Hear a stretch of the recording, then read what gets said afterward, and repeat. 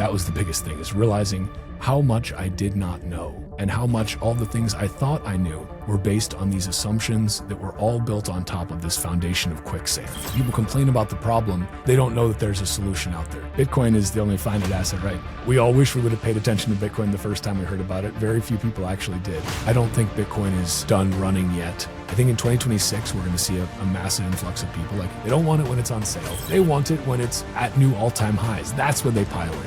I thought it was dead. I thought it had crashed again, but it's still here. And wow, it's double what it was last time I looked. That's funny. Maybe I should go search for Bitcoin on YouTube. If even one more person decides to start saving in Bitcoin to change their life by learning about Bitcoin, my show will have been a success.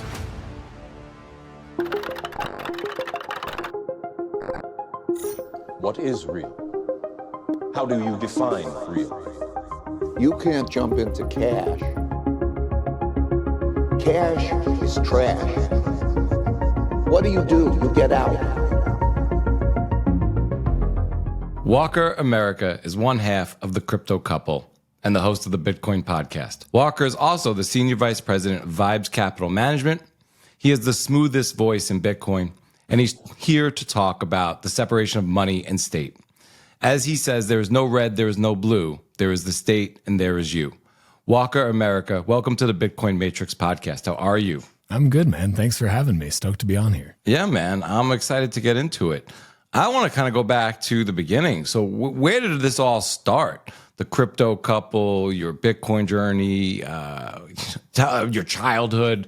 Where do you want to kick it off from? Because I want to hear about your background. The crypto couple thing, that started during the pandemic. Carl and I were working our Fiat jobs, then also we're working on a startup. The startup hit some snags with supply chain issues. We were trying to source some sensors and different microprocessors and things like that. And we just, like, at that time, it was like nobody could get microprocessors. Like, it was, unless you were, Apple or whatever. And so we hit a bit of a snag there and found ourselves a little bit more time on our hands that we were no longer dedicating to kind of getting this startup off the ground. And we had been lurking on Bitcoin Twitter. It was Twitter at that time, obviously. And the vibes were a little bit weird. We'd been stacking Bitcoin since kind of like the mid start of the pandemic in 2020. I can get back to when I first heard about Bitcoin because I've ignored Bitcoin longer than I've been stacking it, which is a mistake I think a lot of people have made and a mistake people will continue to make. But when things started getting really bearish in like 2021. We blew off the all-time highs. Vibes were super weird.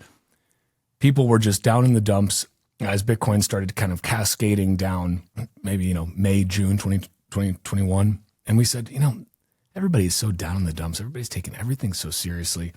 All of the Bitcoin haters, the Peter Schiffs, whether it's the gold bugs or the environmentalists, environmental FUD was really big at that time.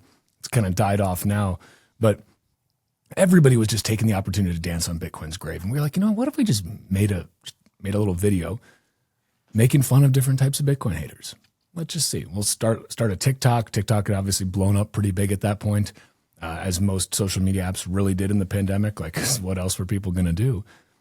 We made this TikTok, and it was pretty solid. It was pretty funny. It wasn't like world shattering, and the thing just took off, like hundreds of thousands of views within a couple of days, like really blew up. And we said, oh shit, people like this. Okay, like must be a fluke though.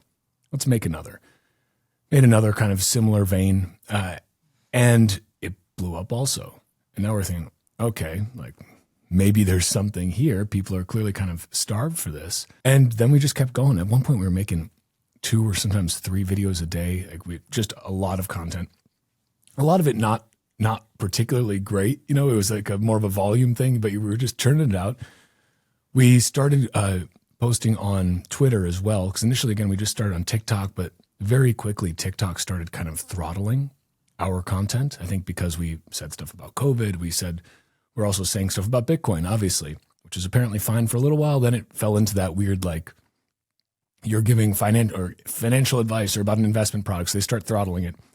So we said, okay, let's go over to Twitter and start a new Twitter account from zero. And that pretty quickly started kind of blowing up. And the first Bitcoin conference we ever went to, shout out to Tone Vase and Mike Yarmas, who were running Unconfiscatable in Vegas 2022. It was right around Valentine's Day 2022, somewhere around there. And they invited us, and Tone Vays said, like, I'd love you guys to run the Scammy Awards. You guys are funny. I like you, run the Scammy Awards. And so we did, and that was our first conference experience. Met some people who have now been our friends for years, which is just amazing. At that conference, it was a great time. And the rest, as they say, is history. Just kept making videos, making content. We stopped, or I should say paused, making videos a little ways into Carla's pregnancy, because she was just like, look, I'm tired of making a child in here. I don't really have the energy to be doing all this editing, because she was the editing guru and everything, right? All of the post-production, most of the acting too, and all of the singing as well. She was really carrying the torch there. And so I said, well, what is a man to do when he wants to talk about Bitcoin, but is no longer making short form content? Well, of course, he should start a podcast, as should everyone. Anyone listening should start a Bitcoin podcast. A rising tide lifts all boats. We need more Bitcoin podcasts. There are still far too few. Until there are more Bitcoin podcasts than TradFi podcasts, we do not have enough. So maybe I'll pause there. But I mean, the moral of the story here is you can just do things. You can just start making content. You have a supercomputer and a production studio literally right here on your phone. Anybody can start making content. You don't have to be super talented. The AI tools that are available have gotten so worlds better. They didn't even exist when we started making content just a couple short years ago. All of that's going to continue getting better, lowering the barrier to entry. And the legacy media is not the mainstream anymore. The legacy media is dead. Independent content creators are the mainstream. Podcasts are the mainstream. Short form creators are the mainstream. That is how people consume information. And so if you have a message that you want to get out there, there's nothing stopping you now. There's no excuse. The only thing stopping you is yourself. You just have to start doing it. All right. I mean, there's a lot to unpack there. That was awesome. Okay. So you started making content. Did you have any background in making content before or performing growing up or anything? Was it something you were noodling on or wanted to do or just kind of really did fumble into? No, I mean, not me. Carla did. Carla was a classically trained opera singer for a little while. Also did theater and musical theater for many years. She also learned all of her editing stuff. She learned because she went to school for journalism and a couple different journalism tracks in business. And so she learned a bunch of documentary filmmaking and editing and all these things. So she's like a Final Cut whiz. She'll tell you she's not, but she is. And me, no. I went to school for engineering, didn't have any sort of background in acting or anything like that. Besides really, really minor, little things in school or something like that, but not plays or anything like that. And so, no, didn't really have any of that. That's why she did most of the singing and the acting. But I think it was one of those things, we didn't set out to do this. Our goal wasn't to say, we're going to start making content and here's our plan for how we're going to grow to this many followers. And then we'll start getting invited to Bitcoin conferences. We'll become niche internet micro celebrities and that'll be fine. It was we just kind of started doing it and kept doing it. And inertia kept us moving. And it was honestly a great outlet for us. It was also an amazing way for us to learn about Bitcoin, because I think anybody who teaches in any way knows this. And we're all teachers in some way, right? We're all educators. I think anybody who evangelizes on behalf of Bitcoin is an educator, right? When you talk to your friends and your family, you try to distill Bitcoin down into simple terms. That's education, right? You're teaching. And I think anybody who has tried to do that knows that the hardest thing to do is to explain something complex in simple terms in a short amount of time. It's easy to use long, drawn-out sentences and verbose language and technical jargon that's easy. It's easy to explain something complex in a complex way. It's hard to explain something complex in a simple way. To be able to ELA 5, that requires that you know the material backwards and forwards. You have to master the material to be able to teach it well. And I think the act of teaching it or trying to figure out how to teach material forces you to master it. It's this beautiful Ouroboros. You need to become a master of that domain in order to explain it simply. And so for us, anytime we were making a video, we were trying to figure out, this is how we went down all these different rabbit holes. And, shout out to amazing Bitcoin podcasters, shout out to amazing Bitcoin authors. The Bitcoin Standard, I think for a lot of us was a huge kind of awakening point, right? Just really sending us down the Austrian economics rabbit hole. For me, at least, I didn't know what Austrian economics was until Saifedean was talking about it. So I owe him a huge debt of gratitude. But you have to learn about these things to explain them simply. And then once you can explain them simply, once you can really break this down, it becomes a lot more fun, right? Because then you can figure out, okay, it's not so much how do I Like, I know how to explain it simply, but how do I explain it simply in a way that's going to be sticky? Because we can, saying Bitcoin is sound money, there'll only ever be 21 million, nobody can corrupt it, nobody can debase it, saying these things, they may be true, but that's not sticky for most people. It's certainly not sticky in our instant gratification, goldfish brain environment of social media. You need to hook people, you need to get them interested, and you need to keep their attention, and then you want them to actually remember it after they finish, because everybody knows this feeling of being on, scrolling X or scrolling whatever it might be, TikTok, Instagram, doesn't matter. Facebook, if you're still there, I guess. I'm not. But if you are, you're scrolling, you spend 5 minutes, maybe you're sitting on the toilet while you do it. Then you finish your business, you get up and you're like, I have no idea what I just read or what I just watched. I literally, I couldn't tell you. I can maybe remember the last thing vaguely, but I couldn't tell you any specifics about it. Nothing actually stuck there in a deep way. And that's because this information isn't meant to be to commit to long-term memory. It's meant to keep you dopamine addicted in the short term. So how do you actually make sure that people remember it? Well, you got to get creative. And that's where the musical side of things came in. I think that was the thing where Carla was really able to shine. She's got an incredible voice. And, if you can put something into song format with the songs that people recognize, It's Raining Men or Cry Me a River or, some ABBA, Money, Money, Money. These are things that are already sticky in people's brains. So you're just putting new lyrics to them, So I think that was a huge, kind of a huge moment that made it a lot of fun and also gave us the ability to make content that was going to be much more sticky in the long term and be evergreen. Because that's the other thing. It's like having content that people can go back to and send to their friends and family years later. That's what you want to be able to do, right? You want to make stuff that's going to have a long lifetime to it, if that makes sense. Health insurance is broken. I know it, you know it. So when open enrollment rolls around and all those health insurance companies start hoping you'll just re-sign, eyes closed, for the same overpriced plan with confusing fine print, it feels like they're betting on your inaction. But we deserve better than that. That's why I started looking for something different for me and my family. Something honest. That's when I found CrowdHealth. With CrowdHealth, it's not about profits. It's about people and community. You get a team that helps negotiate your bills, access to low-cost prescriptions and lab tests, and a list of doctors who don't treat you like a number. And if something major happens, you cover the first $500. Then the crowd steps in to help share the rest. It feels real. It feels like taking care of your health the way it should be. Simple, direct, and human. Thousands of members already say CrowdHealth saved them tens of thousands of dollars over traditional insurance. And with many subsidy programs ending and costs rising, there's never been a more important time to take charge of your health care. So this open enrollment, don't sign because you're told to. Sign because you choose to. If you're ready to join a community that looks out for you, give CrowdHealth a try.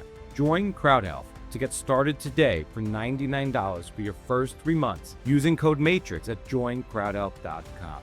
CrowdHealth is not insurance. Opt out. Take your power back. This is how we win. Well, I mean, there's a lot there too. So maybe though, I agree. I think we need more voices. People are going to relate to voices that are similar to theirs, maybe, or there's always probably a desire to hear a different way of talking about something and breaking it down. But maybe you could talk about the work that goes into running a podcast. So it's you make a couple of pieces, they take off. That's fun, but to be consistent to the grind, maybe some of the things you didn't anticipate, or what is sort of the work that goes into running your show on a consistent basis so that it is still high quality and is good at orange pilling people or even bringing people further down the rabbit hole? Yeah. So after, again, Carla had been pregnant for a little while and was getting bigger, and she decided to take a step back. As I mentioned, I went and started making the podcast. I kind of wanted to. Initially, I wanted to make a podcast that was going to be it was going to be satire. It was going to be another fucking Bitcoin podcast, was going to be the actual title of it. Because at that point I really thought there are so many Bitcoin podcasts, how can I possibly compete with all these? I'll just make a Bitcoin podcast about Bitcoin podcasts. It's Bitcoin podcasters podcasting about Bitcoin podcasts, really meta and satirical, make it all a joke. And I was playing with that idea for a while. And then I thought, well, okay, but what if you just actually tried to make a high quality podcast. Like you didn't make this joke. Doesn't mean you have to take everything super seriously. You can have some fun with it still. You can, get the domain titcoin.org and call it Titcoin Podcast, and the handle. Like you can still have some fun with it, but maybe there is room for more voices. And it turns out there was, and there very much still is. Again, everybody should start a Bitcoin podcast if you're passionate about Bitcoin. There's plenty of room. And so for me, honestly, I knew it was going to be a lot of work, but this, like it is a lot of work to run a podcast. Like it doesn't stop when the microphone's off. Then like the most of the work comes after the fact. Most of the work is prepping, and then all the post-production, all the following up, everything that goes with it. And so I was a little bit surprised at how time consuming that work was. And the tools have gotten a lot better. We're recording on Riverside right now. It's what I use as well. Just Riverside alone, since I started using it for the podcast in the space of, 2 years, it's improved by leaps and bounds. There's way more automations, way more cool things you can do. So that's great. Like it's great to see technology making things better for us. But in terms of like what goes into it for me, I guess, I've just recently actually brought somebody on to help me do the YouTube side of things. I hate the YouTube side of things. I hate playing to the algorithm. I don't like that. I initially wasn't even going to have video on my podcast. I was just going to have it be an actual audio only podcast, a true podcast, because I literally never watched podcasts on YouTube ever. It was not a thing that I did. I only listened to them. And I just assumed, that most people probably did the same. Then I realized, oh my God, no, actually for most Bitcoin podcasts where they have the most reach is not their RSS feed, it's on YouTube. So then a little ways in, I'm like, okay, I guess I got to start. I got to get a camera. I got to, get a setup and all this. And so that was, again, another learning moment. I think for me, what I try to do is make sure that I'm not going to try to be anything that I'm not when it comes to how I conduct myself for my podcast. You know what I mean? Like there's like the very Lex Friedman style of podcasting, which is like, let me ask you a lot of very serious questions and I'll ask them one after another. And I really won't follow up with the questions. If there's a cool tangent, I'll just kind of stick to my script. And when did you first realize that you were in love with your own mother? Like I can't do that, right? I need to be a little more off the cuff. I need this to be a conversation. I like Joe Rogan's style of doing things. It's just a conversation. I think more interesting dynamics, more interesting takeaways come out of those conversations. And so trying to make sure that I kept it light and kept it fun, that was always a priority. In terms of, are you curious about nuts and bolts wise, how actually, what do I use? I'm happy to tell people because I got so many questions because I've been evangelizing for Bitcoin podcasts saying everybody should start one. I put together something on my website that just this is the gear I use. You can go to bitcoinpodcast.net/gear. There's links to get all the gear that I have on Amazon. The nice thing is that you can start a podcast with a very small capital investment, right? You don't need a super nice microphone. You can get a pretty inexpensive one that sounds great. You can use your phone for filming. Phones shoot 4K. You're good to go. You don't need to, that's the cool thing. The barrier to entry is very low. And for me, I wanted to make sure, because I still have a Fiat job. I still have a quite a demanding Fiat job. And I needed to make sure that I was going to be able to still excel in that role while also making a podcast that is quality. So it all came down to how can I optimize this as much as possible? How can I make sure that I'm going to be able to put out a quality product without it taking absolutely all of my time when my time is already scarce? And I have a young son as well, and I have a wife, and they both presumably want to spend time with me, and I want to spend time with them. So for me, it's about, okay, what do I do? Riverside is one of the best tools that I have, and I'm sure it is the same for you. I'm able to automate so much of things that being able to do text-based editing is amazing. But really, it just comes down to utilizing the incredible tools that we have at our disposal, whether those be software or hardware, utilizing the platforms that are going to be the highest impact. I focus on X and I focus on Nostr. I focus a lot on Nostr. I've got more podcast followers on Nostr than I do on X by 4,000 or 5,000. It's up to almost 20,000 followers in the podcast on Nostr, because that's also a dedicated audience of people who I know care about Bitcoin. So I like to focus a lot there. And then, where I was lucky is I was able to get a lot of people to come on the show that are, quote, big names, because I'd met those people already through just being a court jester. So I had a little unfair advantage there in that I already knew a lot of people. I was able to have some doors open where I could say, would you mind coming on the show, and shoot them a text, and they'd be happy to do so. I think you know this as well. People within the Bitcoin space are so generous with their time, even though they know better than almost anyone in the world how scarce your time is. Bitcoin is the only finite asset, right, besides your time, and your time is even more finite and more unknown, unlike Bitcoin. And so I think that's an incredible thing. But I don't know if I really answered the question there. That was just kind of a roundabout way of me saying I use Riverside. I do what I can to keep my workflow as optimized as possible.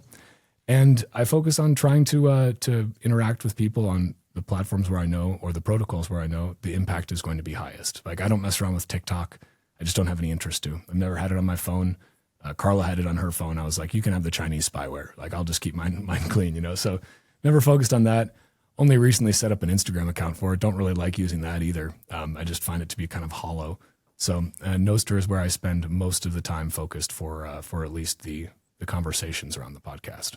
When it comes to Bitcoin, the rules are simple.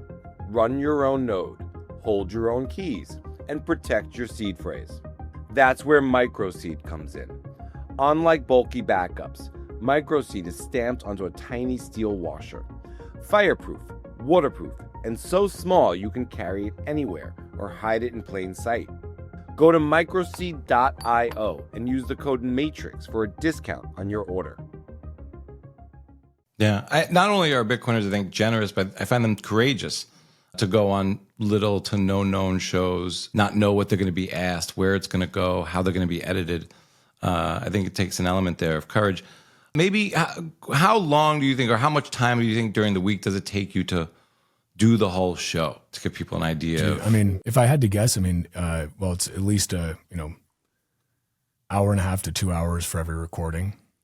Prep time for each is probably about the same, because it depends who it is. Depends who I'm prepping for, because some people have had them on before. If I know them well, if I know what we're going to talk about, I don't need to prep very much at all. I know the conversation's going to flow. If it's somebody new, then I need to maybe do a little more research, dig into their background a little bit, figure out more about them so that I can make sure that it's a well-structured conversation that still has room to go off on tangents and rants and everything else.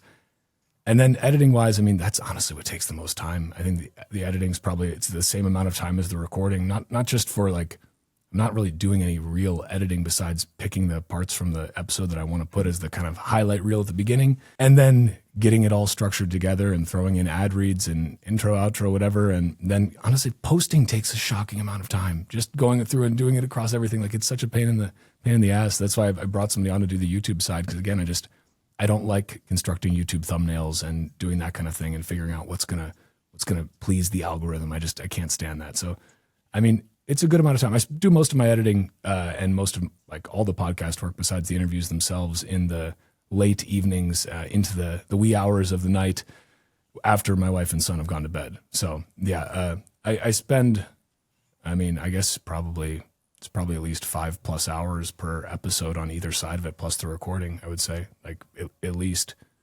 I don't know. Maybe you're more efficient than I am, but yeah, that time's going down. Right. That time's going down a little bit, but with bring some people on to help with the YouTube side. But yeah, this stuff takes a while. You're probably talking about 10 to 20 hours a week, and you're probably trying to grind it down to 8 to 12 as much as you can, so you can spend time with your family and get that back. But it's amazing how that stuff just kind of builds, even just that administrative stuff like posting. I saw your panel in Vegas that you did with your wife, Carla, and Katie the Russian, and JD Lott, and George McHale. And it was called Raising Future Bitcoiners, sort of fiat families versus Bitcoin families.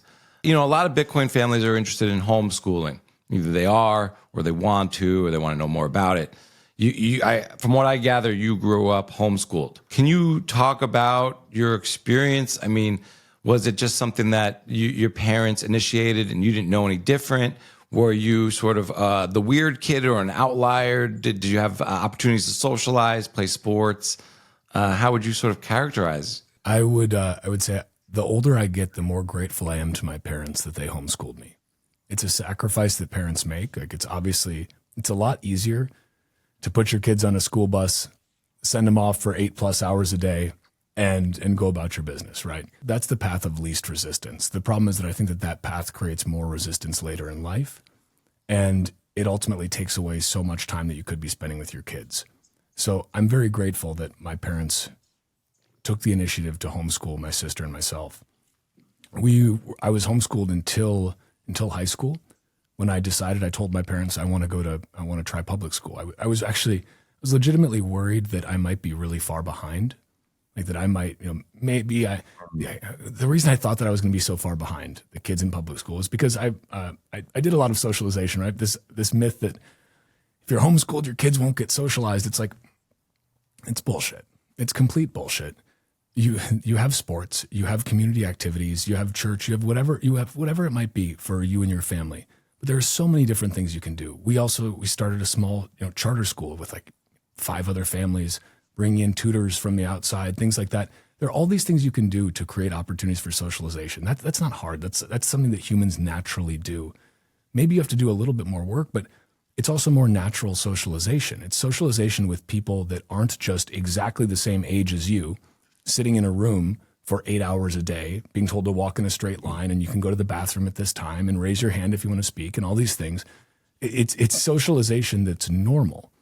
Like, I think the type of socialization that happens in public school is quite abnormal. It's based on this, like, where does mandatory public education come from? It comes from the Prussian era, right? It literally comes from Prussians lost some major battles, and the king, I'm forgetting his name at the time, but the king basically said, we need to get our kids in shape. We need to start training them to be good soldiers from the moment they're young children.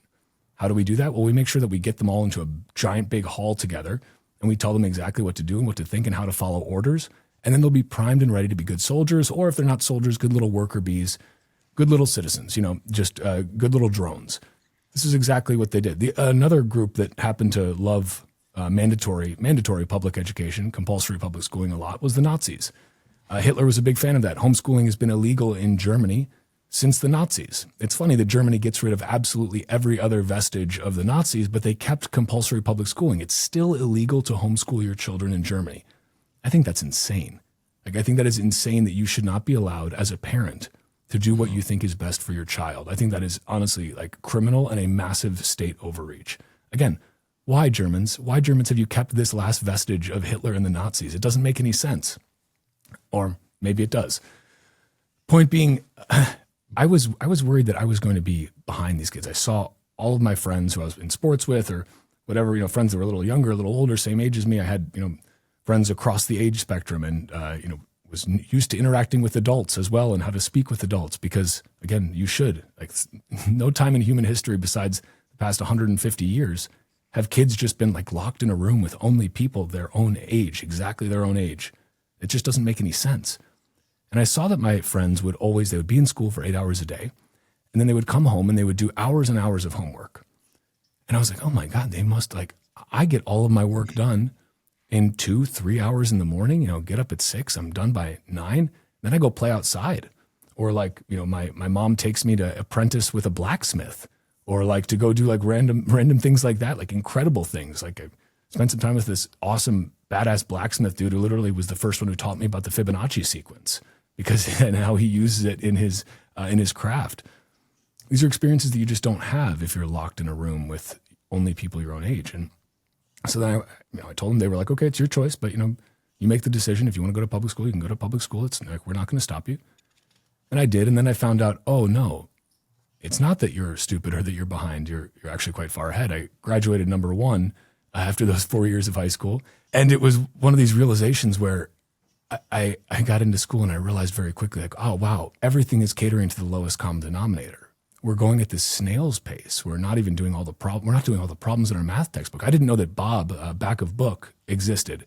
That this you could just find all the answers, and that's where kids would just go and get the answers and write them down. And I don't know. It was kind of a shock to the system for me because I realized not only are you not behind, you're quite far ahead of 99.9% of your peers here, and also that this system is not incentivizing you or rewarding you for being ahead. In fact, you're kind of throttled, right?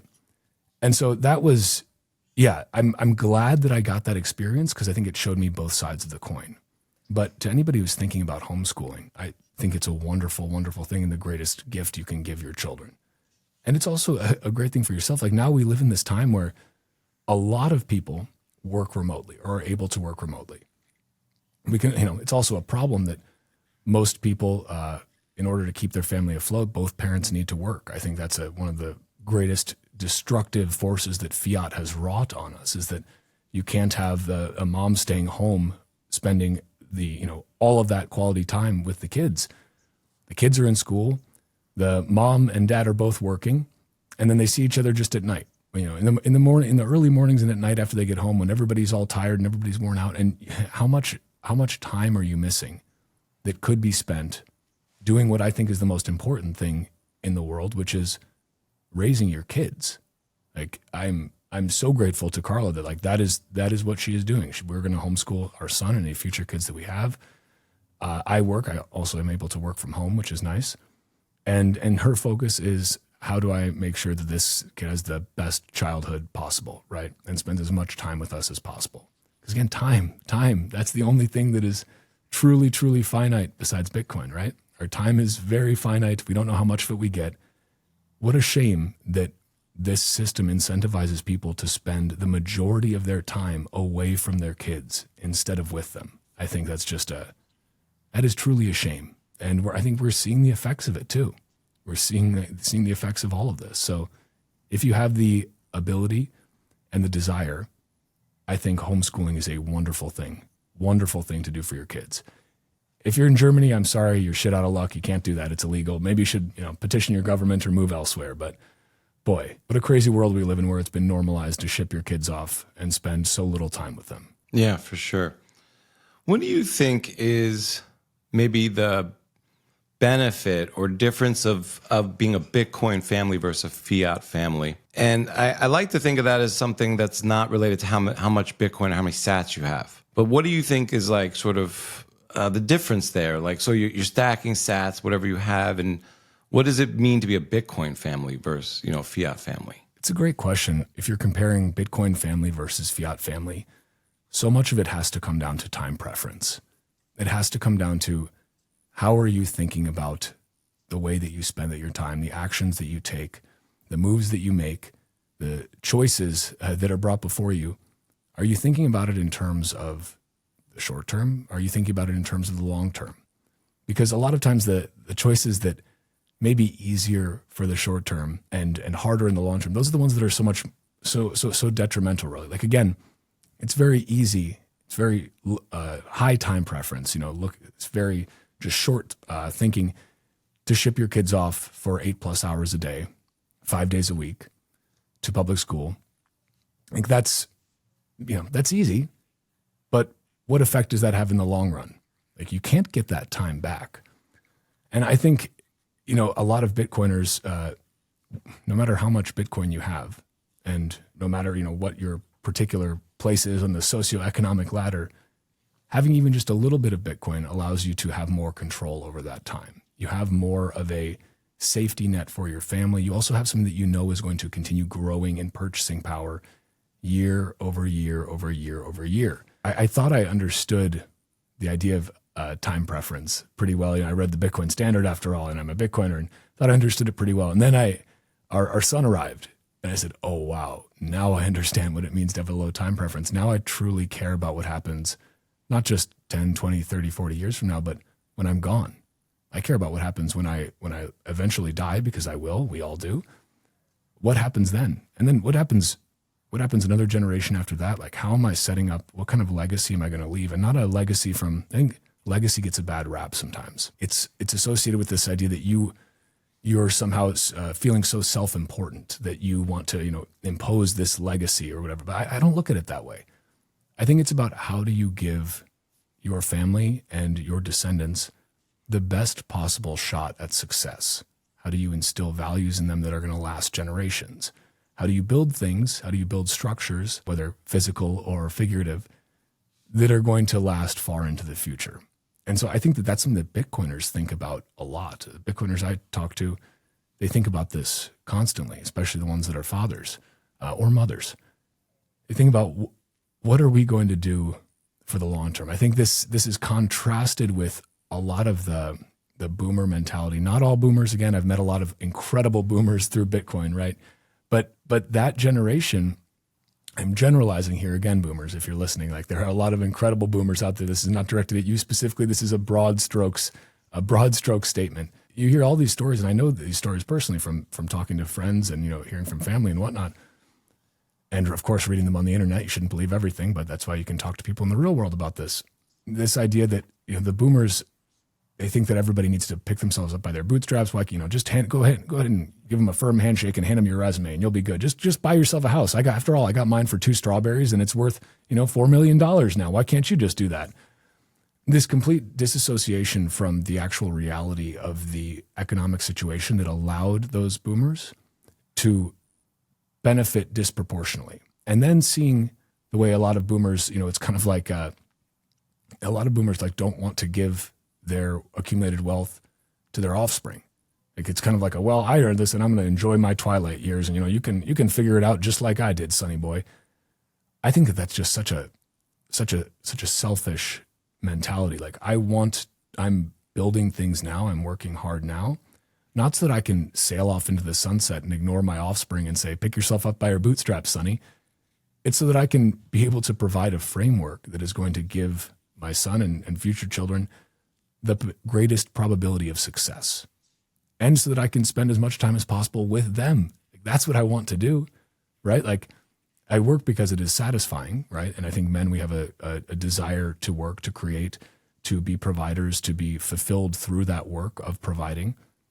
But also, it's like the whole point of working is so that you can have more freedom to do great things for your family and spend time with your family. Like, that's the point.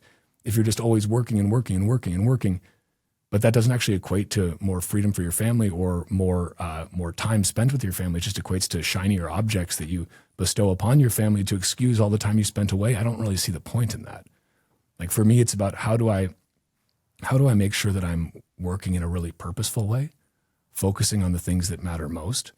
Because any time that I'm working, that I'm spending, that's time I'm spending away from my family. It's time I'm not focusing on them. I'm doing it for them, but it's time that I could be spending with them. So it's for me a constant calculus of, is this worth my time? And I have more freedom to make those decisions because of Bitcoin, because of what Bitcoin allows. It gives you more freedom over your time. It gives you more agency, I think, over your time, because you have that way to actually save the value of your time and energy into the future without it being debased. You don't have to be stuck on that hamster wheel forever. So for me, I think to sum that up, the biggest difference between fiat families and Bitcoin families is just how they think about the time that they're spending. Is the time that both parents are working, because a lot of parents, you could have, the wife or the husband, but probably, let's be honest, usually the wife, because women are naturally more nurturing. Like, this is a fact. Nobody has to be offended by this. You could have the one parent stay home and spend time with the children and homeschool your kids. You'd be bringing in less money, right? But I know a ton of people who send their kids off to, to really nice private daycares, or will send them to private elementary schools or things like that. That cost as much as college tuition. And it's like one parent, after taxes, basically all of one parent's earnings are going towards just financing somebody else taking care of your fucking kids. What the fuck is the point of that? Why the fuck is one of your parents spending all this time working away from the kids just to pay for somebody else to take care of your kids who does not care about your kids? No matter who they are, nobody's going to care as much as the parent. It's not possible. The state does not give a fuck about your kids. Some daycare instructor, they may be really nice and really sweet, Mrs. So-and-so, but they don't actually give a fuck about your kids in the same way that you do. They don't love your kids in the same way that you do. It's not possible. So for me, it's like being able to make those value judgments, about how you spend your time. That is the biggest separating factor between a fiat family and a Bitcoin family. That was very well put. So before you were the Bitcoin family, you were the Bitcoin couple. So who found Bitcoin first? Who went down the rabbit hole first, and was the other one easy to convince? Because I think a lot of people, they find Bitcoin and maybe their spouse or partner doesn't come along for the journey. Yeah, it's a question I get all the time. I've got this question of your wife is so into Bitcoin, and how do I get my wife to care about Bitcoin? And I'm at a little bit of an advantage here because we kind of went down the rabbit hole meaningfully at the same time. I first heard about Bitcoin in 2014 during the Silk Road days. Now, let me clarify. I ignored Bitcoin. Somebody told me about Bitcoin. They were like, Walker, I'm buying such and such thing on this website called the Silk Road. It was a finance buddy of mine, and he's like, me, the engineer. So he asked me, have you heard about this Bitcoin thing? I've got to buy these Bitcoins in order to buy such and such. And I'm like, I don't know what you're talking about. I have no idea what this Bitcoin is. I don't really care, man. Like, back to whatever fiat stuff I was doing. So completely ignored it, dismissed it. That's on me, right? We all wish we would have paid attention to Bitcoin the first time we heard about it. Very few people actually did. Then it was 2017, and Carla actually brought it up to me. She brought, have you heard of this Bitcoin thing? Yeah, heard about it. It's been, around. You see news articles pop up every once in a while. Don't really know much about it. Oh, it's like, this was like top of the top in 2017, like when Bitcoin's like ripping off. And, we're both looking at the price of Bitcoin, and we're like, geez, can't afford a full Bitcoin, and assumed you had to buy a full Bitcoin, did absolutely zero meaningful research into it. So I always have empathy for people who, have that same idea that, oh, you have to buy a full Bitcoin. It's like, no, you don't. You can buy a fraction called a Satoshi. I didn't know that because, again, I didn't put any time into it. So I bought a couple of Litecoin at the top, sold them a couple of years later at a loss because I still don't think Litecoin has recovered to its 2017 top. Carla bought a couple of ETH, because that's what we thought we could afford. And maybe they'll be worth as much as one Bitcoin is someday, the classic shitcoin trap.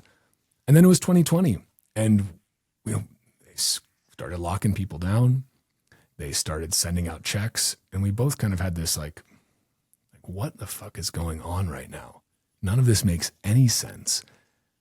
And we both started kind of looking back into Bitcoin a little bit, like actually looking into it. Can't even say looking back into it because neither of us really went deep into it at all, either of the times we'd heard about it before. And so really started taking the time and, listening to podcasts and reading the Bitcoin Standard. Then things start to click. And then you start spending some time on Bitcoin Twitter and, following different people and learning from them, listening to podcasts. And so we really went down that rabbit hole together. It was kind of a unique situation. Then once we started making content, that just accelerated that process of going deeper down the rabbit hole, really finding out all the unknown unknowns, the things that you don't know. And with Bitcoin, as we all know, that rabbit hole is deep. And there are many winding passageways that go off tangentially from Bitcoin into other directions, whether it be Austrian economics, energy, the nature of the state itself, whatever it might be. So the other difficulty is like people ask me, okay, again, how do I get my wife into Bitcoin? I'm like, I don't know. Make her the daughter of parents who grew up in communism and think communism is horrible and were communist defectors. That helps. That helps a lot if she's got a really innate hatred of the state and of communism and totalitarianism. And that's generally helpful for getting somebody to really grok freedom money. But yeah, I wish I had better advice here to give people because my situation was just fairly unique. The one thing that I would say is that it's not always just not with Bitcoin, but with anything. If there's something you really care about that you want your significant other to care about, the best course of action is not to like browbeat them with it and try to shove it down their throats repeatedly and make it the only thing that you will talk to them about, because that's just going to turn them off. What will help is you being passionate about it and being ready to answer questions when they have them. And this goes for spouses. This goes for friends and family too. I think that's a big thing that a lot of people realize, myself included, on this Bitcoin journey. What's the first thing you do once you really start grokking Bitcoin and you're feverishly excited about it and it's all you can think about? You want to tell everyone about it. You want to just tell absolutely everybody. It's all you're going to talk about with your friends and family. And you know what? Most of them are just going to be sick and tired of hearing about it from you. And they're not going to go down the rabbit hole themselves, no matter how compelling an argument you make. Some of them will, very few though. What ends up working out better is just living your life, living the Bitcoiner life, doing the best you can, and being a resource for them when they eventually do hear about Bitcoin a few more times from news, from other friends, from whatever it is. And when they start seeing the price go up and wow, that's weird. It's like, it's 10 times the price it was when so-and-so first told me about it. What's going on there? Like that's what eventually brings people over. That's what gets people orange pilled. Is you can give somebody an orange pill, but you can't make them take it. I think is something we all need to realize. They have to take it themselves. They have to want to do the work to understand it. Yeah. All right. I want to. Before you were in the Bitcoin couple, you were just Walker. So how did you become one half of the Bitcoin couple? Because I think, maybe a lot of people, depending on when they found Bitcoin, they find Bitcoin before they find their partner in life. And they're just not sure how that happens for others, or maybe even they're wondering how it's going to happen for them. But how did you meet Carla? Yeah, we met like the first week of college. So we've known each other for a long time now. And we were married before we started making Bitcoin content, right? We'd been together for, engaged for some time before that, dating for some time before that. So we've known each other for a very long time.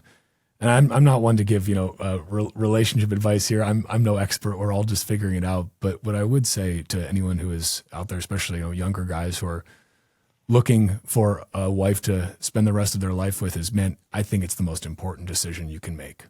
Like, I think it is the number one decision you can make beyond like your individual career or job opportunities or anything else, who you're going to spend your time with, who are you going to spend the rest of your life with? And hopefully you're going into it with the expectation that you're going to spend the rest of your life with them. If not, you might want to kind of check your priorities. If you can't see yourself spending the rest of your life till death do us part, might want to rethink that. But I think that it's such an important decision.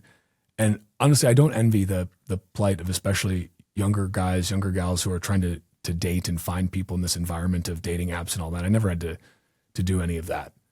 I can imagine that is fucking exhausting and honestly really difficult in this generation I should say, not even just generation because it's multi-generational, but in this time where everybody only presents the most polished, perfect version of themselves, that is only looking for the most polished, perfect version of other people, in this dopamine charged, gamified, online dating or not even online, app dating environment, like, man, that's got to be tough.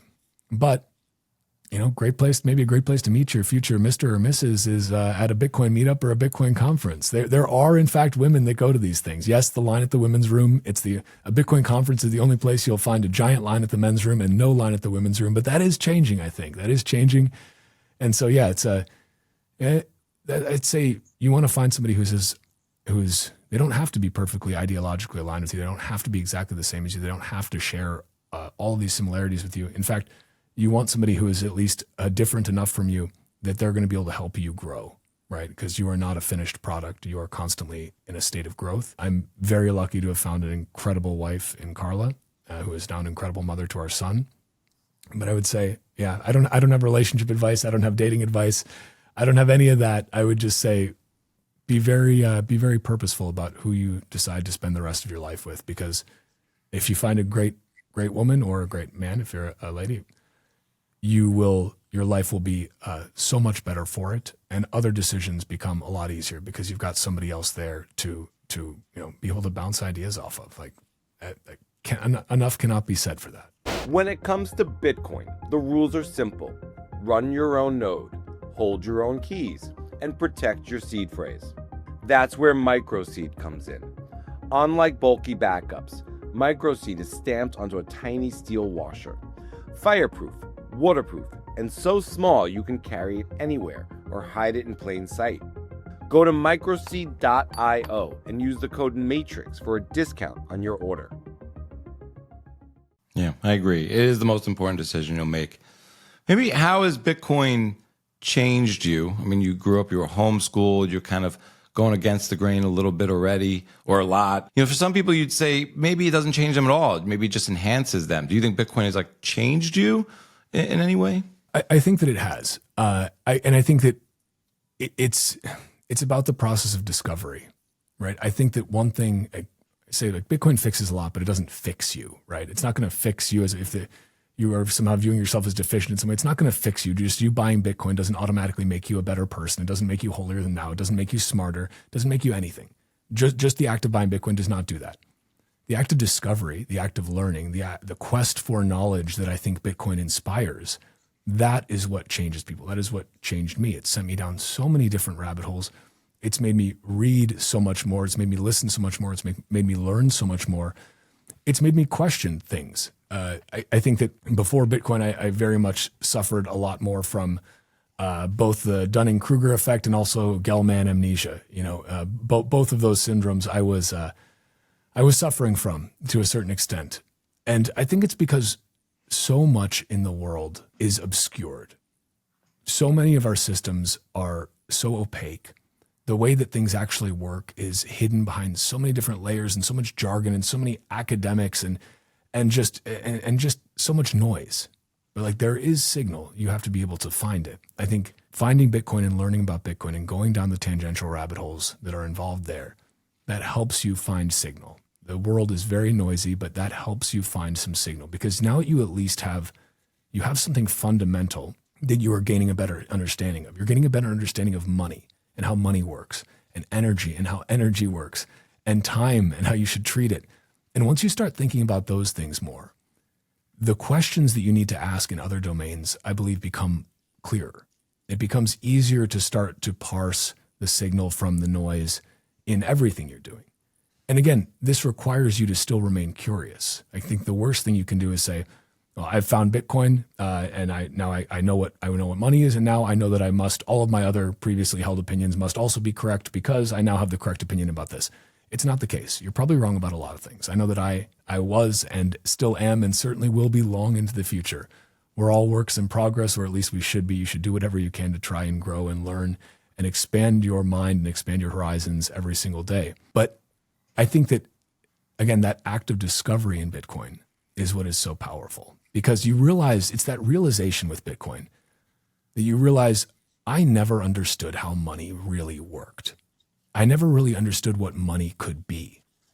And now that I understand a bit better how money works, how Bitcoin works and how fiat money works, and I understand that what the implications of that are, what the implications of this broken monetary system are for the incentives, that this is in fact the disease that was underlying all of the rot that we see. Every other symptom that you see people talking about, every other problem that you see people talking about, it's a symptom of the disease. It's not the disease itself. The disease is that the money is broken, the incentives are broken, and everything breaks down because of that.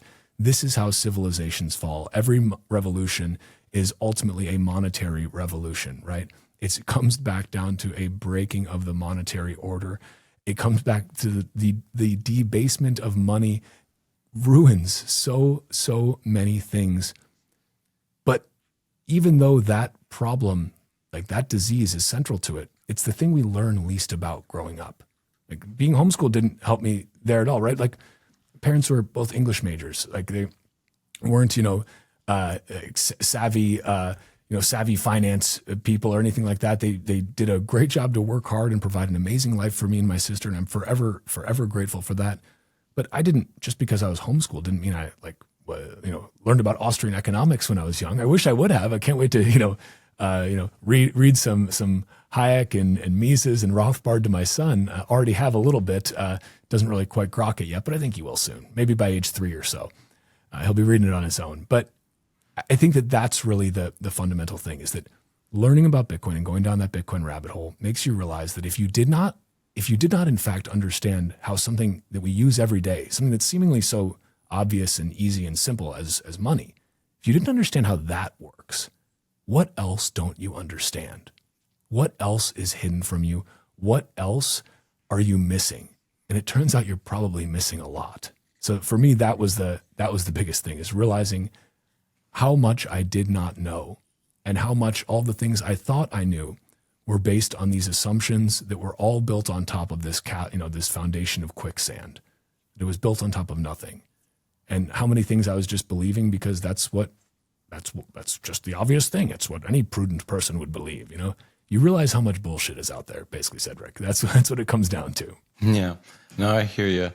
I want to riff a little bit about podcasting. What is your goal with your show? My goal is to try and educate as many people as I can that do not already know about Bitcoin. One, also to provide a forum for Bitcoiners to be able to, for people who are already down the rabbit hole, to learn more, to speak if they want to come on my show and speak about things. I want to provide an avenue by which we can have important conversations. And I know, people always say, again, like another fucking Bitcoin podcast. Like, how many times can you talk about Bitcoin, right? And it's like, well, it turns out a lot, because it turns out money touches so many things. And so my goal is ultimately education.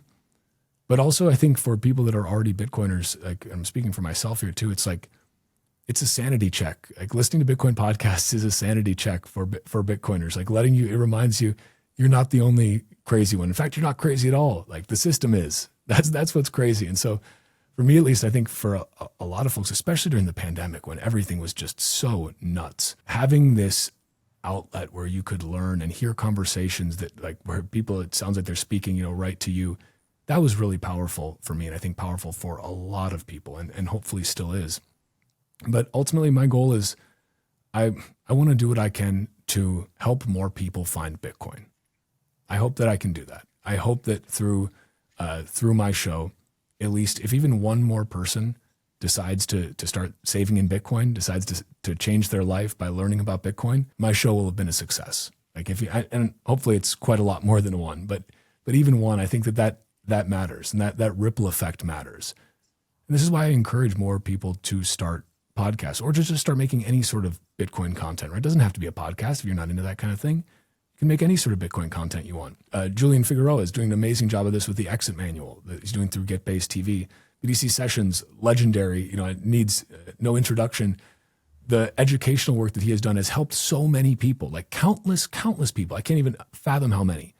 Like you have the potential to help somebody else who is now where you once were. And I think that's really the thing. It's in a way, it's trying to pay it forward a little bit, right?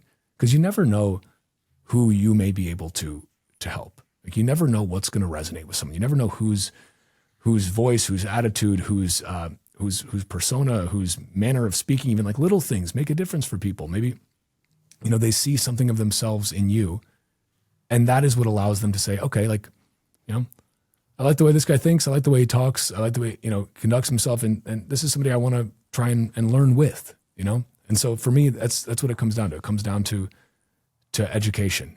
And then, beyond that too, like selfishly, it's a great way for me to talk to really amazing people. Like that's one of the best things about Bitcoin podcasting is you get to talk to some really incredible, inspiring people who through those conversations, you yourself become a little bit better, a little bit wiser, hopefully, make you question your own preconceived notions. I think that's a beautiful side effect of Bitcoin podcasting is you just get to have amazing conversations. Like that's, so selfishly, that's why I love doing it. Unselfishly, I hope that people listen to it, they find it, and that it helps them to go deeper down that Bitcoin rabbit hole or to orange pill a family member or whatever it might be. Maybe orange pill their wife, who can say, maybe not, maybe. That's what I hope though. I hope it's the small thing that we can all do to try and forward this mission is to just bring a couple more people on board the life raft with us. So I hope that I'm able to do that. I'm going to keep trying for until they shut me down. So yeah, I mean, I agree that, I think everyone probably feels like they're always late to a lot of things, whether it's like the .com era, social media, mobile. I remember even in 2002, 2003, me and my best friend, we wanted to open a brewery. And we were like, we don't know how to make beer. We don't own a brewery. There's all, but we didn't realize you could just do things. We thought we were late then. And the explosion in craft beer since then, I went to Florida in 2007, 2008 to visit my parents. And I was like, oh, it's already too late here. And then there's like, millions of breweries there. And you always think you're late. And even through watching the beer industry for decades, I thought I was late and it was always early. Maybe now it's saturated. But so thinking about, the show, did you have full confidence or what do you make of the phenomena of how large your show is now in terms of a platform and being able to speak to people? What is that like for people who were like, should I start a show? I remember when I started my show 5 years ago, my personal profile had 1,000 followers. And I looked at someone like Daniel Prince, who has a great show. And he had like 4,000 followers. I was like, wow. In my mind, I was like, if I could just quadruple my followers, I've made it. John Vallis had 19,000 followers at the time. And it just, the idea of kind of 10xing, 20xing the show, the platform.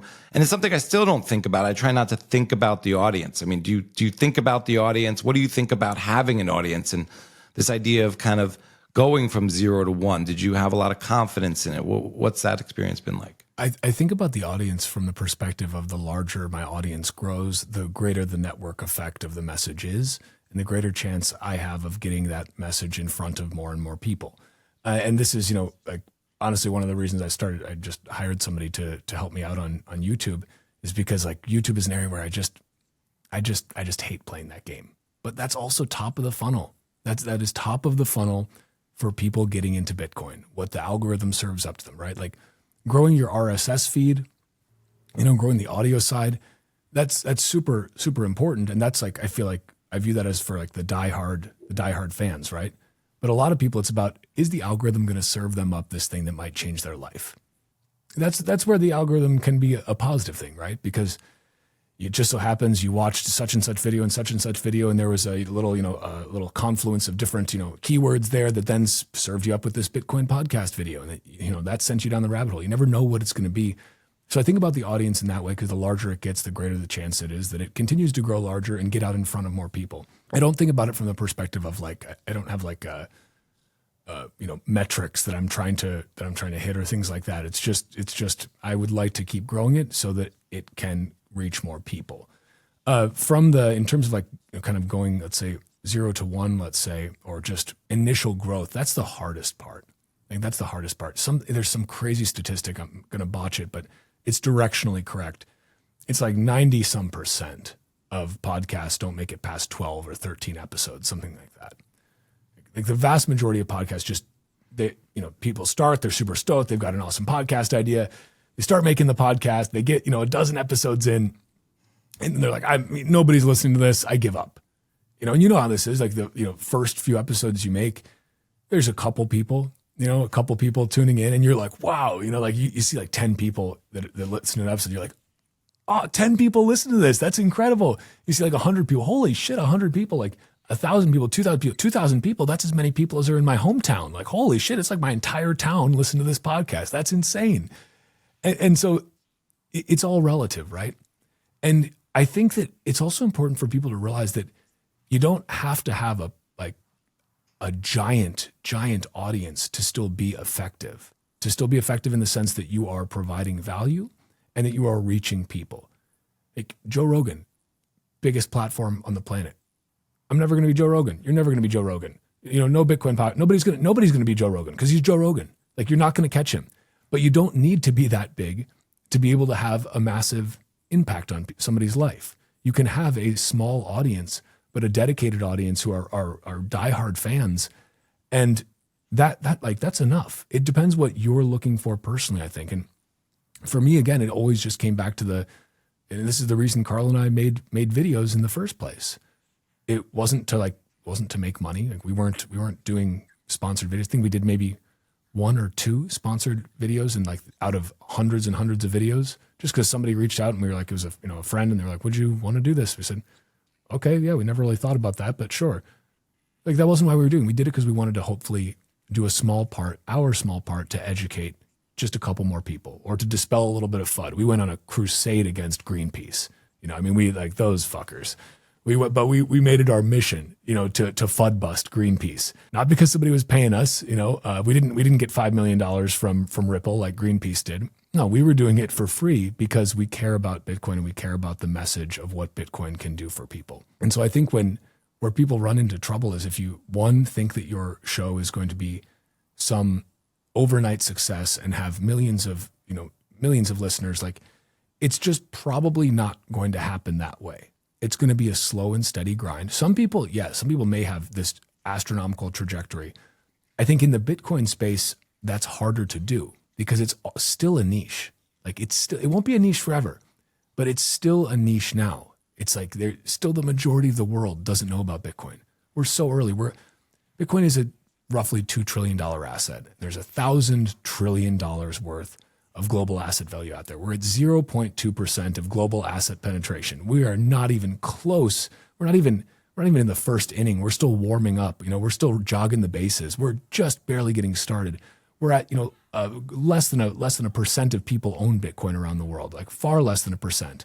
We're not even close. So given that we are so early, we're also very early to Bitcoin podcasting. And so I would say you have to be realistic about the total scope of your reach. Somebody like Peter McCormack has been able, and shout out to Peter, one of my favorite people, just an awesome dude. His podcast was the first one I ever listened to, first Bitcoin podcast I ever listened to. Guy Swans being the second. That was like my perfect, double punch. But he's been able to really actually, I think, do a great job of pivoting to go outside of the Bitcoin echo chamber. And now he focuses like on the UK and the political. He still has, he still slips Bitcoin in there. Bitcoin's still the heartbeat, but he has now expanded that audience I think he probably hit the maximum that you could, at least within the Bitcoin only type content, right? If you want to talk about crypto and all that stuff, there's plenty of degens out there, but we don't want to do that, right? We want to focus on Bitcoin only. So I think you have to be realistic about what the potential growth is, but you also have to be mindful of the fact that even if you don't have a ton of people listening, you can still have a massive impact on those people who do. And to me, at least, that's enough. Like, maybe I'll Peter McCormack pivot into a political show at some point too, but I don't really like wrestling with the pigs as much. He's good at it. He's great at it. He's the master. But for me, it's like I like to talk about Bitcoin, so I'm going to keep doing that. Oh, Peter's great. I mean, he really built an empire. It was the first show I listened to. It was Peter and Marty Bent and Stefan Livera. Peter was traveling the world. It was very kind of experiential to kind of hear his journey. He would be in different cities, interviewing different people. He's like the Michael football Jordan club and everything too. podcast. Like, I mean, football club, and congrats to Peter. Great work. What was interesting part of my Peter story? So I remember I had lots of reason to start a podcast. This interview is not about me, but the final straw was after I had sent my wife a few Peter McCormack episodes I thought would really be great for her and I to share. She started listening to Peter on her own. And I'd come home from work and she'd be in the kitchen and be like, oh, this is great podcast host. And I was like, all right, fuck this. I'm throwing my hat in the ring. Maybe you'll listen to my show. And then, That's awesome. I think I drunk DM'd Pierre like midnight on a Saturday night. Like, I want to start a podcast. Would you be like my first guest? And he was 8 a.m. on Sunday morning. He was like, yeah, how about this week? And I had to throw a show together. And I remember I released 4 episodes on the very first day I dropped, with Pierre in there, and I think I got like 54 spins and downloads across all 4, and I was just like, I guess we're done here. I guess this is not happening. But I stuck with it and grinded until I got 100 an episode and 1,000 and et cetera. But is there anyone that was on your bucket list that you were like, if I start a Bitcoin podcast, I have to, for my own gratification, I would want to have this person on the show, these people, and did you get to talk to any of them, and who's still remaining? Honestly, one of the people that I always wanted to be able to talk to, or I should say 2 of the people, are Jeff Booth and Preston Pish, just because I like really look up to those guys, and they're awesome dudes. I'd gotten a chance to meet them, a couple of times, kind of, briefly prior to starting the podcast, just again, because of Carl and I making content, and, they found our videos, I got to say, hello to them at a couple of conferences, nothing like crazy though. And then they were both 2 of the first guests on my show, and, said yes immediately. Both took time out of their busy schedules. I just had both of them on again, actually, within the last couple of weeks. I just released the Jeff episode. Preston one, I just talked to him, yesterday. That'll be coming out soon. And I've had them both on like several times throughout the course of this podcast. And now they've both become like what I consider really, really great friends, which is an amazing thing. It's like you see these people that you really like look up to and learn so much from. And I still learn so much from both of them. And then to see like, wow, not only do you get to interview them, but you are able to actually become friends with these people. That's an amazing thing about Bitcoin. It will not always be this way with Bitcoin. When Bitcoin is more normalized, when Bitcoin is more mainstream, it's how long do Bitcoin conferences keep going on, right? When it's just like, you don't have internet conferences anymore in that same way, right? And then again, you have gold conferences still, and gold's been around for 5,000 years. So you know what? Maybe we got at least 5,000 years of conferences. So I'm not sure. But it's amazing that right now where we're at, this is still this niche industry, this niche community. I know people don't like calling it a community, but for lack of a better word, right? Happy to hear alternate suggestions for that. So those were 2 people who I was really excited to speak with and was able to have on very early. And now again, have had on multiple times since, learned something new from these guys every time. Respect them both a lot as both, businessmen and Bitcoiners and thinkers and fathers and family men too.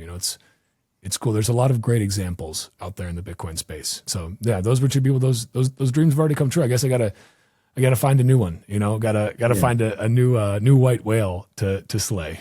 If I think of Bitcoin, maybe I think of it culturally more like maybe hip hop and even the dollar. So I don't think that like there are conferences now about the dollar. People aren't like, we love fiat, but there might be conferences about how to like make money off the dollar or have instruments that are tied. Or so I'd imagine that as Bitcoin becomes more ubiquitous and mainstream, it might burn out culturally, like in hip hop, like where people aren't gonna like now they would wear a Bitcoin sign, but in the future, I don't think you'll wear your Bitcoin sign like you wouldn't wear a dollar sign.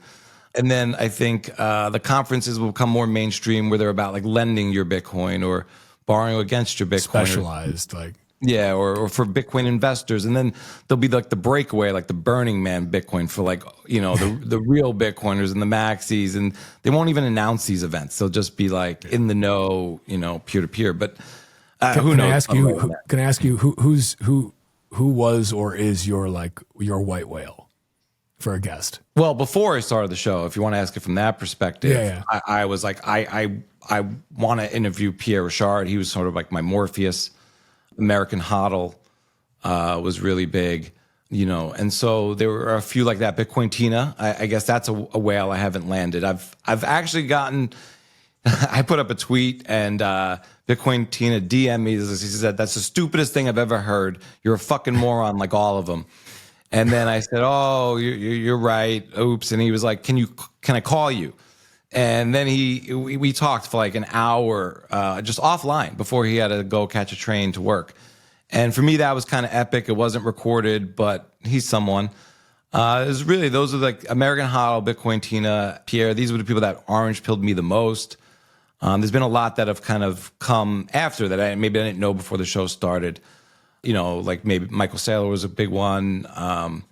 You know, Jeff Booth was later on, but that was great. And Jeff was like episode 27. And that was like a real kind of level up for the show, you know. But who's still left? Well, who's left for you? Like, who would be, you know, maybe a huge Bitcoiner and maybe a huge not huge. Just what would be like a no coiner you would really love to interview? That's tricky. No coiner. I mean, hell, I'd love to talk to Jerome Powell. You know, if we're really like, if I'm shooting my shot, I think that'd be fascinating.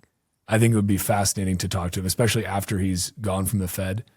I think it would be fascinating to talk to a Federal Reserve, you know, the chair of the Fed. I think that would be illuminating, especially if we could get a little drunk. We could get him loosened up a bit, you know, get him to have a few beers, you know, maybe a couple shots of whiskey and really, you know, get his tongue wagging a bit. I'd love a peek behind the curtain. I think of the Fiat panopticon. I don't know if that's probably never going to happen, but you know what? I'm putting it out there in the universe. Maybe at some point, I think that would be fascinating. And then talk about, you know, a no coiner. Maybe he owns some Bitcoin slyly on the side. I don't know. He's actually spoken about it in not too disparaging terms. I mean, he's literally said Bitcoin is like gold but digital. It's digital gold. Like, there's been a lot worse things said about Bitcoin than that. That's the same thing that a lot of Bitcoiners say. So, you know, you could certainly find harsher Bitcoin critics. I'd be interested to talk to Peter Schiff too.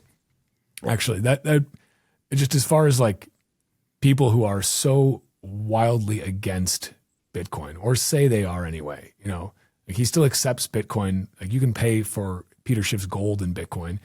He had an ordinal series on Bitcoin with his, you know, his little Schiff gold hand.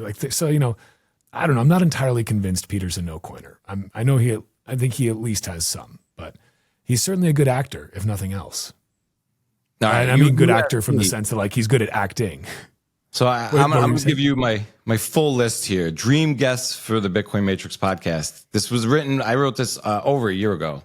So Snowden, Stella Assange, Jack Mallers, Jack Dorsey, Whitney Webb, Cat Williams, Ross Ulbricht, Lynn Ulbricht, Szabo, Bukele, Max Kaiser, Stacey Kaiser, Giacomo Francis, Jack Dorsey, Ron Paul, and Luke Roman.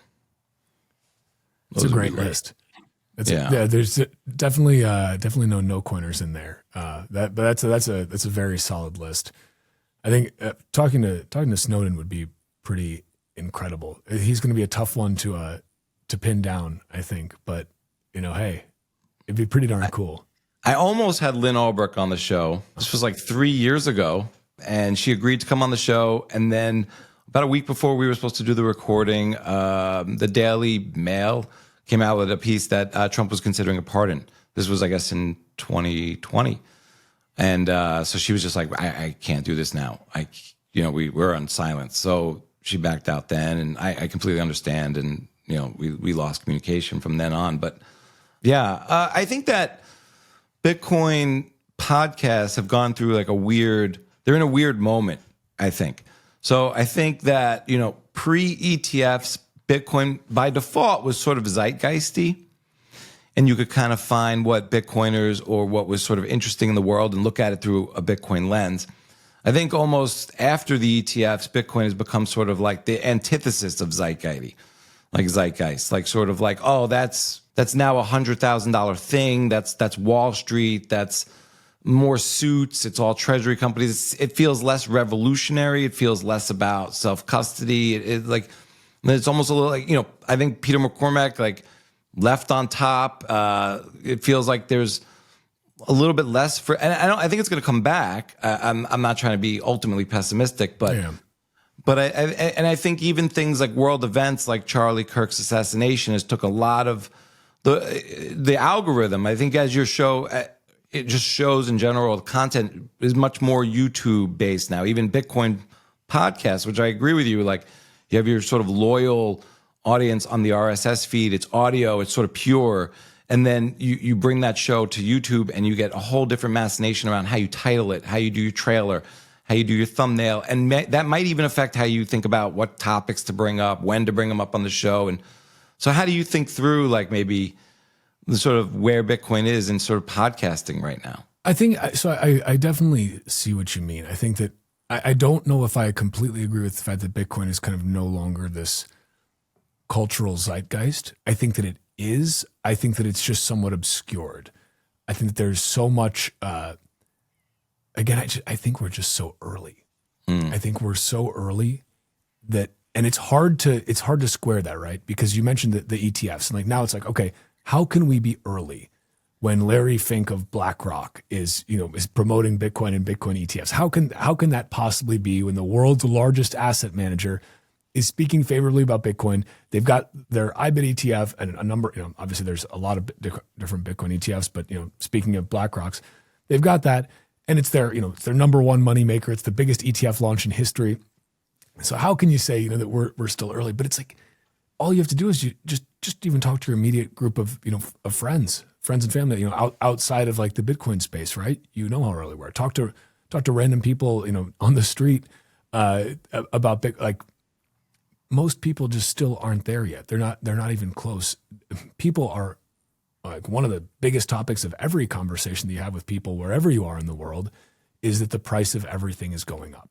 Everything's so expensive. Oh yeah, it's never been. This is just ridiculous. The price just keep. It's like it's every conversation you have. Very few of those conversations ever go back to, well, at least we can save in Bitcoin and retain the our purchasing power and actually grow our purchasing power. It's like people complain about the problem, but they don't know that there's a solution out there to it, right? And they don't even necessarily understand what the actual root problem is. That's a whole different story, right? Because most people don't think about what money is or what it's supposed to be or what this fiat money is. So I hear you from I think also from, let's just say, content creation standpoint, from an algorithmic standpoint. Like, it is way easier. Like if you were starting a podcast from scratch, let's say, if you wanted to start something from scratch, 0 followers, 0 subscribers, 0 anything, you would be able to grow a political podcast, a really kind of like edgelord politics podcast exponentially faster than a Bitcoin focused podcast, right? Because people are I think people are addicted to the rage bait. Like, they are addicted to that algorithmically fueled rage. This is one of the reasons I also like Nostr so much, is because there's so much less of that, right? You're not being just served things up that the algorithm believes are going to keep you on the application that you're using longer. You're finding things that are a little bit more valuable, a little more high signal. But I think obviously most people don't use Nostr either. That's an even tinier subset. And so I do think that I don't think we ever really got the quote retail wave in Bitcoin. In this past year and a half, 2 years, like since the bottom of the bear in 2022, I don't think there has been a very significant influx of just retail plebs, let's say. maybe I'm wrong. I don't know if you feel differently, but I haven't felt that. I don't think that's been the case. I think that, as I've watched my podcast grow, I think it's been amongst, primarily I've been pulling from a bucket of Bitcoiners that are already out there. It's not like a huge new wave of people came in trying to learn about Bitcoin. I think that's going to change.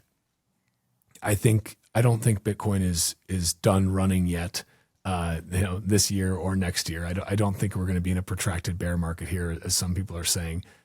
And number go up is the number one way to get people to pay attention to Bitcoin, right? That's let's be honest. Like, nobody wants to buy Bitcoin after it's crashed 30% or 60% or 80%. Nobody wants it then.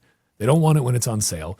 They want it when it's at new all-time highs. That's when they pile in.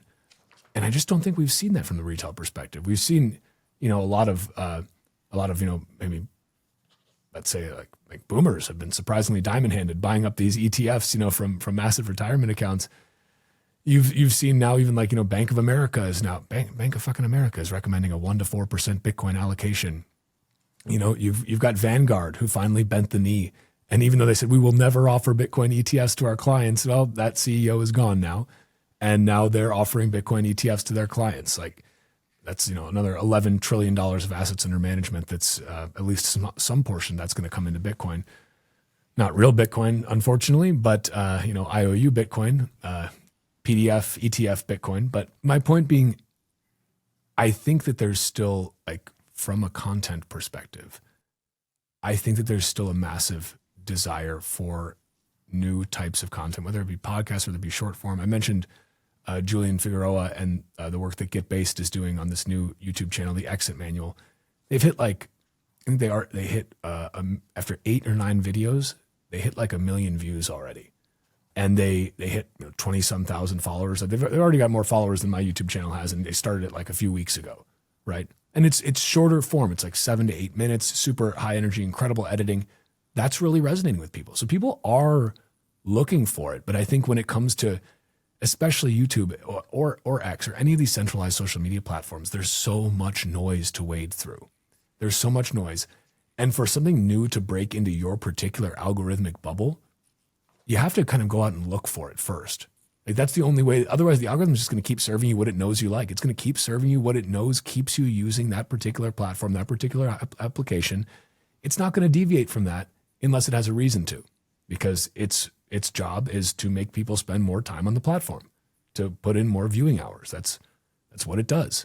So I think that you have to find ways to break outside of that echo chamber to be able to see kind of a new wave of people come in. I also I think that new wave is coming, but I just don't think it's here yet. I think we're still I think in 2026, we're going to see a massive influx of people. If even you look at the Bitcoin search term or search frequency in Google, it's still not that high, relatively speaking. People just still don't care. Most people just don't care.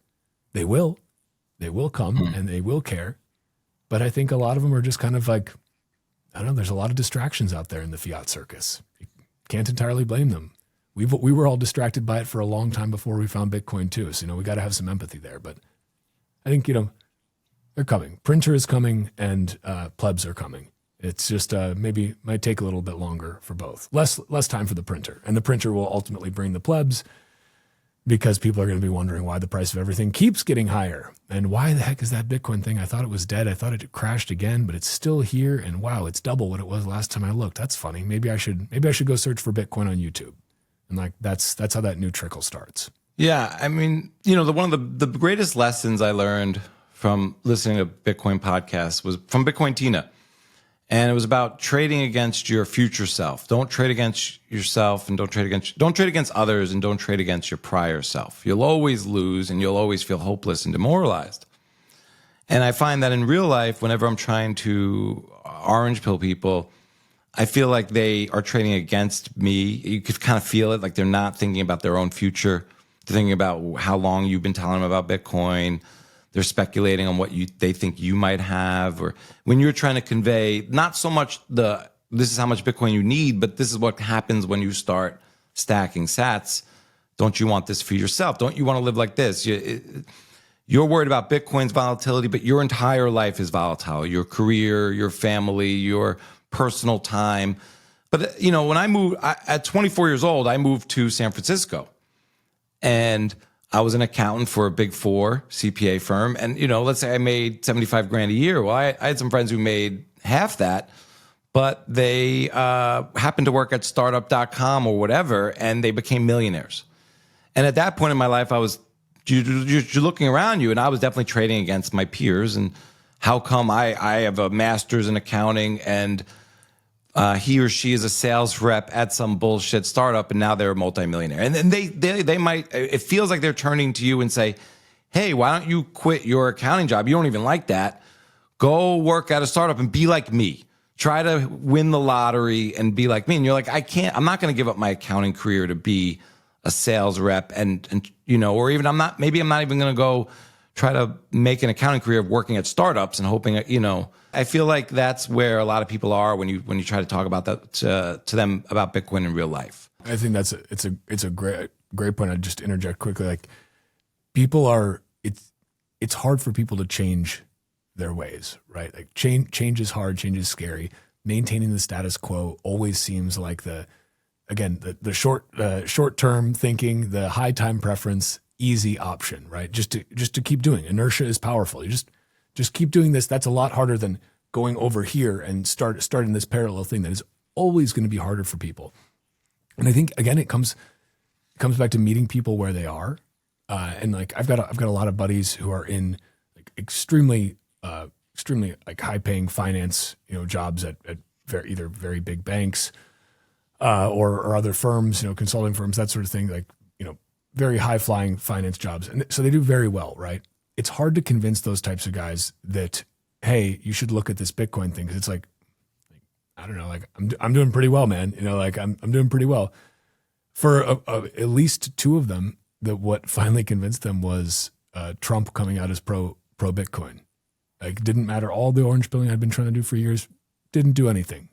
But the second Trump came out, they were like, oh, I like Trump, and all right, I'll buy some Bitcoin then. Like, if Trump likes it. I was like, so that's all it took. So my point being, like, that's about meeting them where they are. Like, it wasn't a mentality shift for them. It wasn't like something that I had said. It wasn't any of the properties of Bitcoin that did it. It was just something that they like, who they respect, who they, who they were going to vote for, who said, I like Bitcoin. And that was all it took.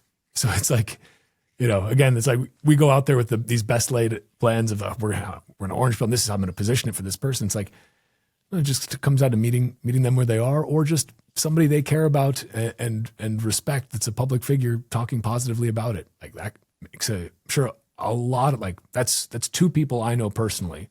There's probably more that I know personally, but those are two people personally that I know that started buying Bitcoin because of Trump. I'm sure there were a heck of a lot more, like, think what you will about what Trump is doing. This is beside the point. It's just the point that moves the needle a great deal, All right.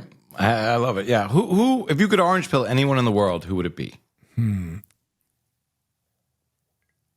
going to go with Christine Lagarde. Because I think she clearly hates Bitcoin so much. I wonder if, I don't know if she can be orange pilled. I think she's just honestly, like, she's so corrupt. And this is not just me speculating. Like, you can look into her past at the IMF and all of the shady dealings she has. She is so incredibly corrupt that, like, I don't know if she would ever want to grok Bitcoin, because it would be in some way hold a mirror up to her and that corruptness. But boy, if I could, I would just love to see the havoc that would wreak. Like, if she truly got orange pilled, truly went down the Bitcoin rabbit hole, and then all of a sudden just starts sabotaging the European Central Bank and central banks around the world from the inside out. Now, that would be interesting. That would be quite interesting. Or maybe Jerome Powell, honestly. If Jerome Powell got him orange pilled and he gets out of his job at the Fed, now he's a hardcore Bitcoin maximalist, throws laser eyes up on his Twitter PFP, and just starts telling all the dirty secrets of the Federal Reserve, because he's like, the people must know. Bitcoin is the truth. We need to tell the people about the machinations behind the scenes at the Federal Reserve. I think that would be quite fascinating. What about you? Who would you orange pill? Who would I orange pill? My brother. One of my brothers. Okay. Yeah, both of them would be great, but you start with one of them. I think it's really, I don't really try to care about famous people getting orange pilled. I think if we all care about the people in our lives and the people closest to us, that will get to us to the same place. They have people that love them too. I guess, But what is Vibes Capital Management? A vibes-based investment firm. It's primarily a group chat where we share a lot of memes. But yeah, it takes a vibes-based approach to analyzing current market sentiment and determining where to deploy our own vibes, to put it one way. You guys hiring? Vibes Capital Management is always hiring if there are good vibes to be had. There you go. A great answer. If a job interviewer ever asks you, why do you want this job? Just say, because you're hiring. Exactly. I've enjoyed this immensely. Thank you for taking the time to come on the show. My pleasure, man. Thanks for having me. Yeah. I'll leave it to you for any parting words. Let people know where they can find you, your show, and any parting words you might have. Sure. You can find my show if you go to bitcoinpodcast.net. You can find all the links there. It's at Walker America and at Titcoin Podcast on X. You can just search for The Bitcoin Podcast or Walker America on YouTube or Rumble or wherever. You can find me on Nostr, primal.net/Walker, primal.net/Titcoin. You should check out Nostr if you haven't already. And the other thing I would say is there's a petition going around that you can sign to request a presidential pardon for Bill and Keone, the Samurai Wallet developers. And I think everybody should take a couple of minutes and go sign that petition and maybe go post about it on social media and go tag Trump and the White House and the Trump family and tag your elected representatives or give them a call. I think that those guys should not have to go sit in prison for years away from their family. So that's what I would end on is that, do what you can to support open source software developers, whether they be Bill and Keone or whether they be any of the incredible people that are working right now behind the scenes to make sure that we have the freedom tech available to us that we will certainly need. We certainly need it already, and we will sure as hell need it in the future that is to come. We wouldn't be here today without anonymous and pseudonymous open source developers writing code. So if you are one of them, thank you for what you do. And if you're not, you can do whatever. You can start a podcast and talk about it, or at least podcasters are there to. They should be there to provide some cover for the people doing the real work behind the scenes. Right? We are the shield, and they are the tip of the spear. But they need a little bit of cover to be able to do that work. So we get to be the useful idiots on the front end who can hopefully give them a little bit of cover while they make sure that we have the tools available to us that we need to actually be able to move along that sovereignty spectrum towards a future that we want to live in. So thanks so much for having me, man. This was a pleasure. I just want to squeeze one thing because it was in my brain. So on the Lagarde thing, I always wonder the Christine Lagardes, the Peter Schiffs, these types, like, do they secretly hold Bitcoin because they hate it so much they get Bitcoin in a way? Like they are orange pilled. They just refuse to rationally admit it.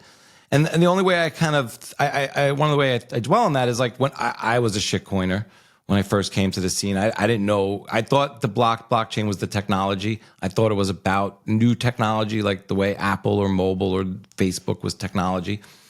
And I was trying to understand it. And after a long time, I decided I'm a Bitcoin maximalist. I want to separate money from state, and that, I see Bitcoin as savings. I think you can invest and speculate on top of that. How much do you save of your income and versus how much do you use for, whatever. And I vacillate on that. But there was a point in time where I said, I'm not going to hold shitcoins. I've ethically moved on. And I even lost some money by selling some things before they ran. And so I've tracked those things. I said, hey, I sold X amount of this thing. And if I held it, as I traded it, I sold it, I went into Bitcoin, and this other thing did do better. And maybe I wouldn't have timed it and all that. You look at these things, like you say, but it was a choice not to hold it. I wonder if the Lagardes and the Peter Schiffs actually choose ethically, like, hey, I rail against this thing, I should not hold it. Or do they secretly love it and they just want to publicly rail against it? I think Peter Schiff, I know he has a Bitcoin address because people, he's talked about this publicly and been like, you can send me Bitcoin if you want. And people have done that. I think he also probably has other Bitcoin besides that. I think so too. I'm pretty certain. Christine Lagarde, I doubt that she personally has any Bitcoin. I know she's publicly stated that her son does. Like she said that in multiple interviews. To me, that's not like Peter Schiff's son, Spencer, was a huge Bitcoin advocate for a while. It's like you're railing against Bitcoin out the front door and you're buying it out the back. And one day you're going to switch and be like, we're a Bitcoin exchange now. We sold all our gold. It's like a nice transition. It's a way to be like, I'm still the gold figurehead, but it's my crazy son who's doing it. Same thing with Lagarde. I mean, like your mom. And they had. If you were really against it, you'd be like, I'm not going to insult my mother by buying this thing that she tells people that she hates. Yeah. And if some of the wealth is being trickled down, it's just the irony there. The irony that's publicly known, you know. It is kind of hilarious. It's like, well, at least one person in the family gets it, Right. Maybe more. Who can say? All right, bro. This has been so dope. Thank you so much. Thanks for having me, man. Cheers. Thanks for tuning in to this episode of the Bitcoin Matrix. If you enjoyed the conversation, don't forget to like, subscribe, and drop a comment below with any questions or thoughts you may have. We'd love to hear from you. You can support the show by checking out our sponsors and affiliate links in the description. It helps keep bringing you great content while connecting you with awesome products that I believe in. Share this episodes with your friends, family, or anyone curious about Bitcoin. And let's keep growing this community together. Stay curious, keep stacking, and I'll catch you in the next one.